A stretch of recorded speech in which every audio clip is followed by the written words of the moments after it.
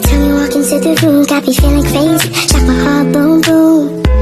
Any other boy would stare, but me I look away, cause you're making me scared. Trying not to breathe, 1, 2, 3. Halo semuanya, selamat datang di video pembahasan soal ujian akhir semester mata kuliah Matematika Diskrit. Di video ini, kita akan membahas secara lengkap dan mendalam mulai dari konsep fungsi, sifat-sifat fungsi, induksi matematika, barisan rekursif, hingga persamaan linear Diophain. Mari kita mulai satu persatu ya. Nah, langsung saja kita masuk di bagian soal yang pertama, menentukan fungsi berdasarkan grafik. Nah, soal pertama ini meminta kita menentukan apakah suatu grafik merupakan fungsi atau bukan. Nah, konsep sebuah relasi disebut fungsi jika setiap anggota himpunan asal nilai X memiliki tepat satu pasangan di himpunan tujuan nilai Y.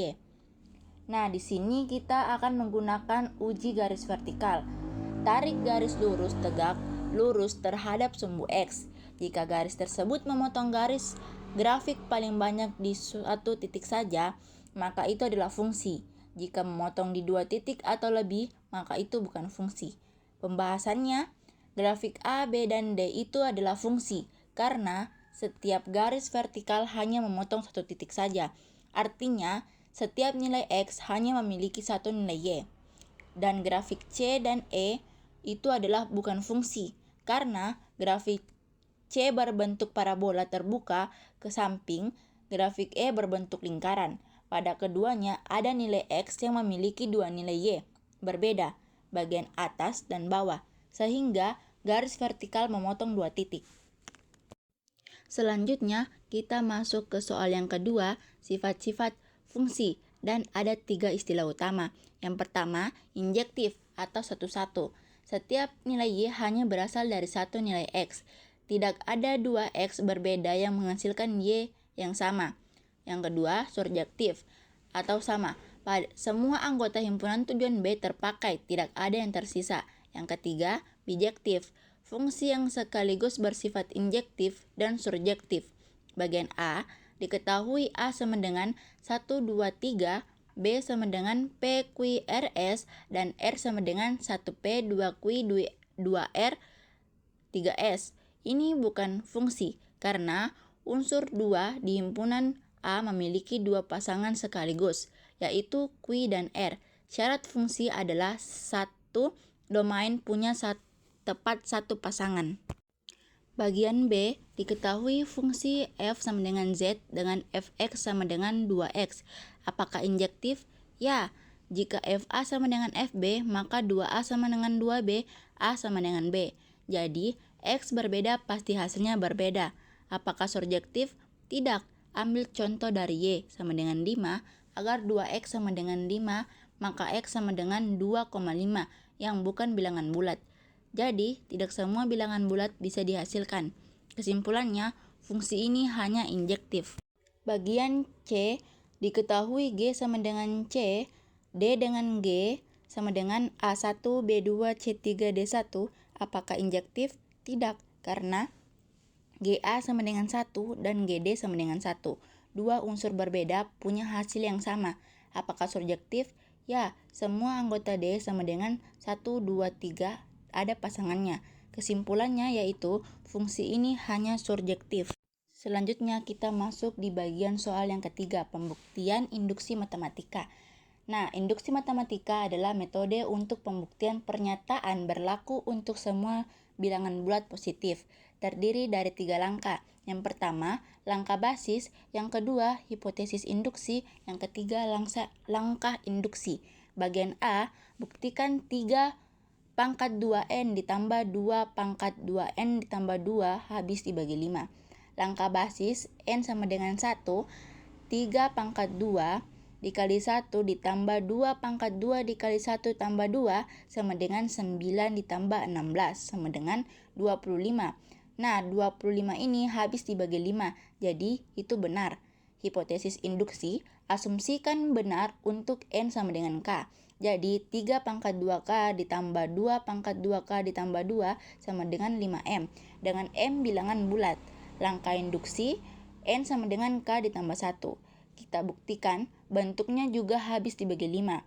Setelah diuraikan dan disederhanakan, bentuknya menjadi 5. 3 pangkat 2K ditambah 4M, karena ada faktor 5, maka terbukti habis dibagi 5.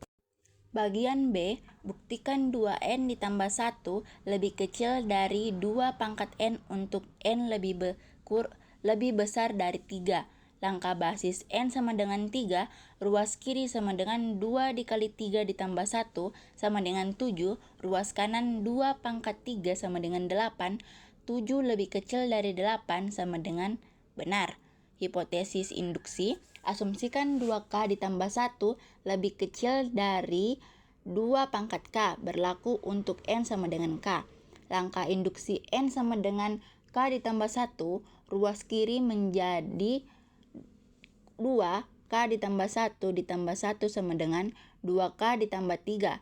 Dari hipotesis 2K ditambah 1 lebih kecil dari 2 pangkat K ditambah 2 menjadi 2K ditambah 3 lebih kecil dari 2 pangkat K ditambah 2, karena 2 lebih kecil dari 2 pangkat K untuk K lebih besar dari 3, maka 2 pangkat K ditambah 2 lebih kecil dari 2 pangkat K ditambah 2 pangkat K sama dengan 2K ditambah 1. Jadi terbukti bahwa 2K ditambah 3 lebih kecil dari 2K ditambah 1.